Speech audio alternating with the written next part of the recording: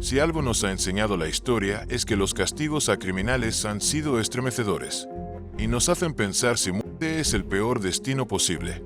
Desde un simple calabozo hasta sacrificios humanos, hoy descubriremos los 16 métodos de castigo y humillación que desafían nuestra imaginación y nos recuerdan hasta dónde puede llegar la crueldad humana.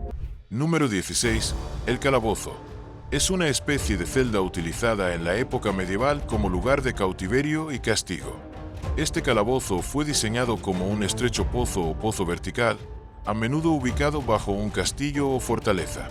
Tenía una sola entrada, una trampilla en el techo, lo que hacía casi imposible la fuga de los prisioneros. El nombre calabozo refleja la idea de que, una vez que una persona era arrojada ahí, era prácticamente olvidada, abandonada en la oscuridad y aislada. Los calabozos eran conocidos por sus duras e inhumanas condiciones. Los prisioneros confinados en estos calabozos tenían muy poco espacio para moverse o incluso sentarse cómodamente. Estaban expuestos a penurias extremas, sin acceso a luz, aire fresco ni necesidades básicas como comida y agua. La falta de instalaciones sanitarias provocaba que la mazmorra se infestara a menudo de alimañas, lo que agravaba el sufrimiento de los prisioneros. Número 15. Doncella de hierro. En la Edad Media, la tortura estaba legalmente permitida y era practicada por las autoridades como parte del proceso judicial. Las doncellas de hierro solían instalarse en prisiones o edificios gubernamentales. Sin embargo, existió una vez un instrumento de tortura tan espantoso que alcanzó estatus mítico. La doncella de hierro era un ataúd o gabinete de hierro de tamaño humano. El interior del dispositivo estaría revestido de púas o clavos, estratégicamente colocados para causar dolor y lesiones a la víctima. Esta sería forzada a entrar en el dispositivo. Una vez cerradas las puertas, las púas penetrarían su carne. Las púas no necesariamente serían lo suficientemente largas como para causar la muerte inmediata, pero perforarían órganos vitales y dejarían que la víctima sangrara lentamente.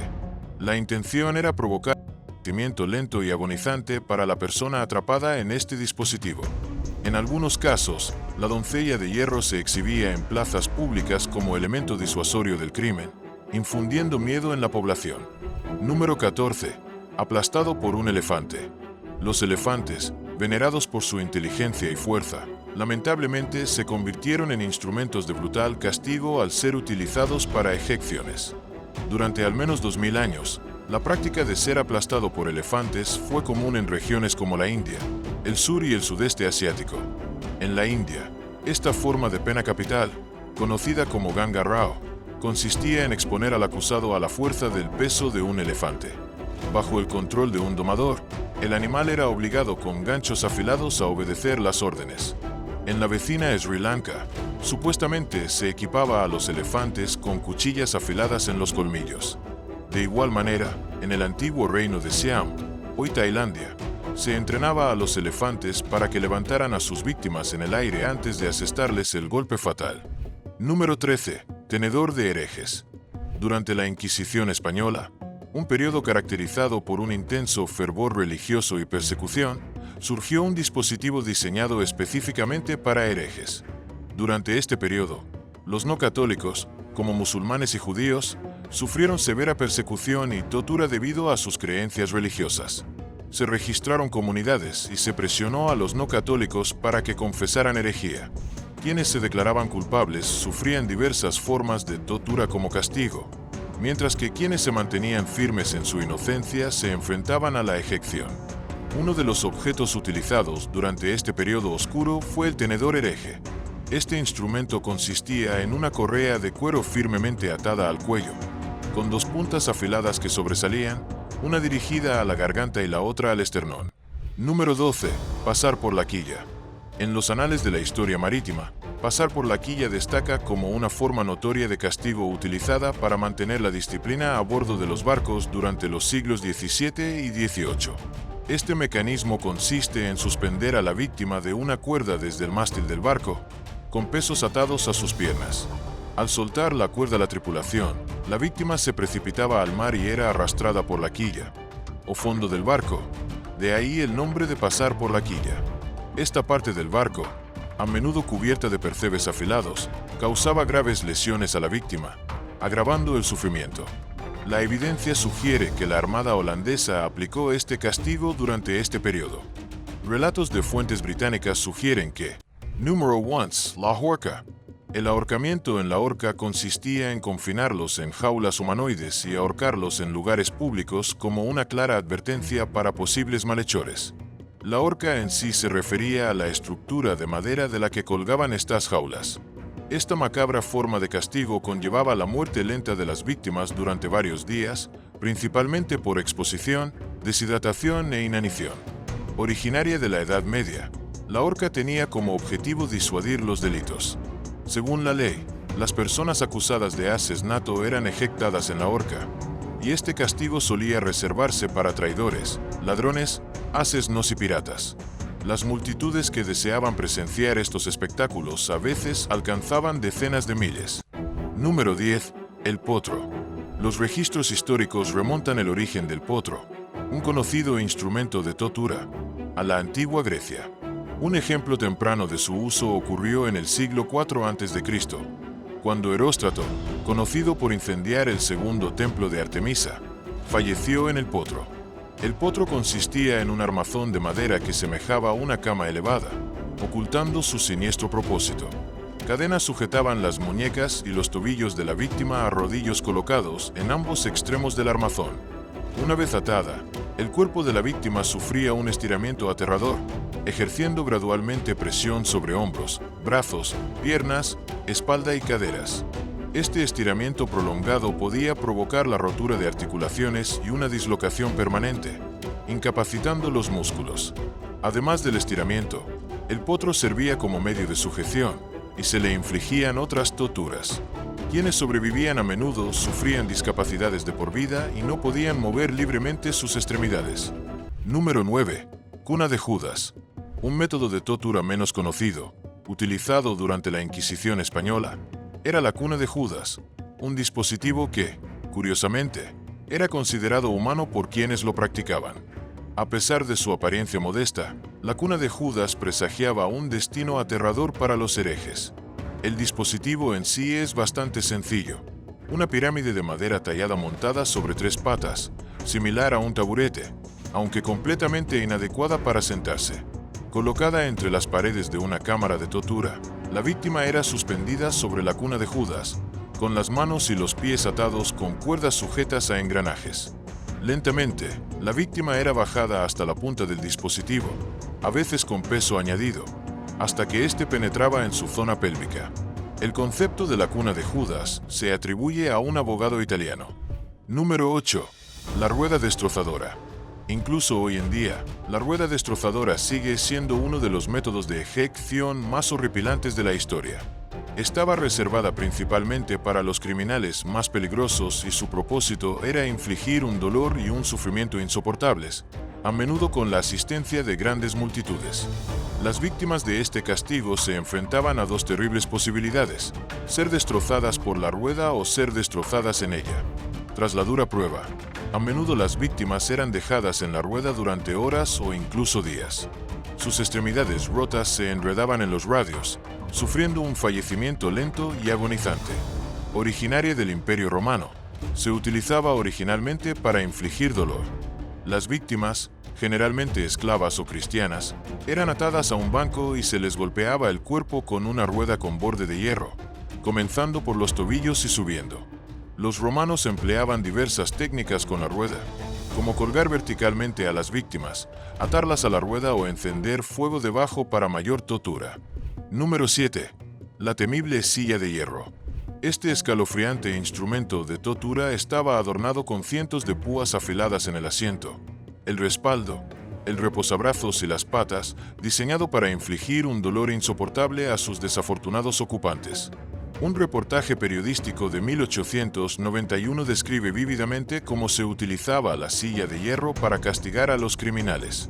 La víctima estaba sentada y sujeta por la barra frontal de la silla, luego por otra barra vertical, mientras 2 anillas sujetaban sus tobillos en la parte inferior.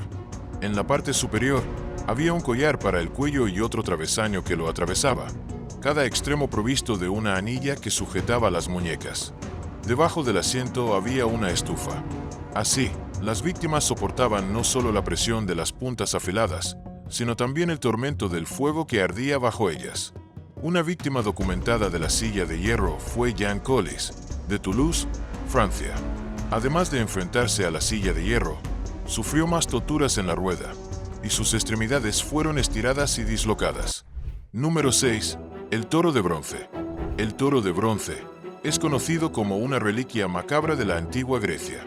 Este macabro artefacto, que data del siglo VI a.C., fue creado como un método de ejecución escalofriante, diseñado para infligir un dolor insoportable a sus desafortunadas víctimas. Construido como una estatua hueca de bronce con forma de toro, el toro de bronce albergaba a sus víctimas en su interior, donde se encendía un fuego debajo. El toro de bronce estaba equipado con un dispositivo acústico que amplificaba los gritos de sus víctimas, produciendo sonidos similares al rugido profundo de un toro. Una leyenda de la colonia costera de Acragas, hoy Sicilia, cuenta cómo el tiránico gobernante Falaris, con la ayuda del pintor de la corte Perialo, introdujo el toro de bronce para realizar ejecuciones y sembró el miedo entre la población. Sin embargo, Falaris, conmocionado por el invento y su crueldad, ordenó al propio Perialo que hiciera una demostración del mecanismo del sonido. Una vez encerrado, Falaris ordenó encender el fuego bajo el toro, sometiéndolo al tormento que él aconsejaba. Número 5. El garrote.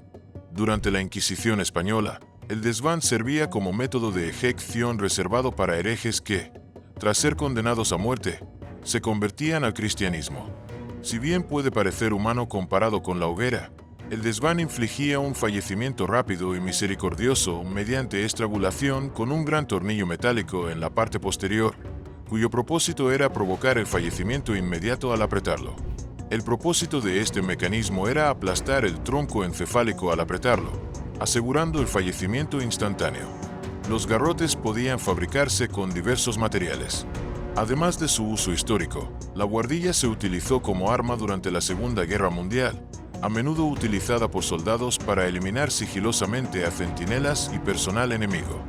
Las unidades militares de élite y las fuerzas especiales solían recibir entrenamiento en el uso de buhardillas construidas e improvisadas.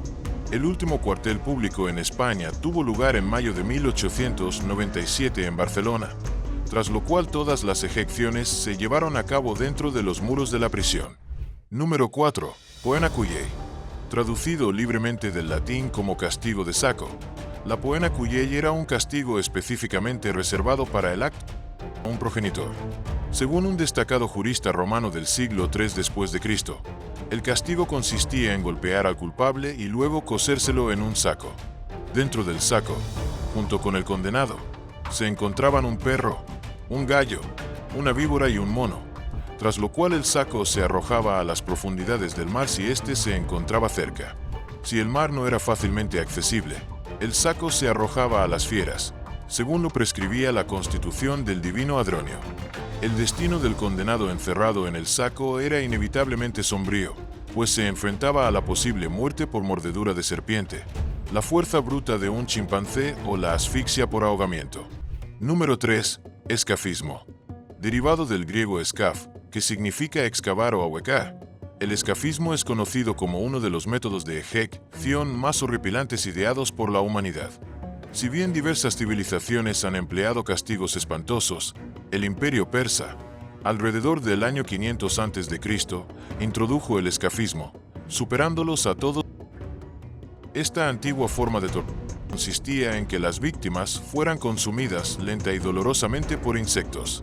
Sus pies, cabeza y manos permanecían expuestos a la intemperie, mientras que el resto del cuerpo permanecía encerrado dentro de las embarcaciones. Abandonados al sol abrasador durante días, las víctimas sufrían un ataque implacable de picaduras de insectos y alimañas. Atrapados en su cámara flotante de la muerte. Número 2. Vlad el Empalador. También conocido como Vlad Drácula, fue una figura histórica que gobernó Valaquia, una región de la actual Rumanía, en el siglo XV. Es famoso por sus crueles y sádicos métodos de castigo, siendo su método de ejecución favorito el empalamiento. Vlad el Empalador se ganó su apodo debido a su afición por a sus enemigos en estacas largas y afiladas. Este método de ejecución consistía en clavar una estaca en el cuerpo de la víctima y luego alzarla verticalmente para mostrar su sufrimiento. La persona empalada podía tardar horas o incluso días causando un dolor inmenso. El uso del empalamiento por parte de Vlad no se limitaba a enemigos extranjeros, sino que también se extendía a adversarios nacionales e incluso a su propia gente. Lo consideraba un medio para infundir miedo, mantener el control y disuadir posibles amenazas. Número 1. Desollamiento. De todos estos métodos, este es el que todos harían lo que fuera por evitar: el desollamiento. El desollamiento es una práctica histórica en la que se le arranca la piel a una persona. Se ha utilizado como forma de castigo, tortura o ejecución en diversas culturas a lo largo de la historia. Desollar a una persona suele implicar el uso de objetos afilados, como cuchillos o espadas. Este proceso es increíblemente doloroso. A menudo provoca lesiones graves, finalmente, la muerte. En ocasiones, el desollamiento se realizaba en personas vivas, mientras que en otros casos se realizaba post-mortem, como forma de mayor humillación o como advertencia. Este castigo también está documentado en diversos contextos históricos. Por ejemplo, en la antigua Asiria, el desollado se utilizaba para prisioneros de guerra o personas que habían cometido delitos graves. Los aztecas de Mesoamérica también practicaban el desollamiento como acto ritual, a menudo asociado con sacrificios humanos. Nos vemos en el próximo video.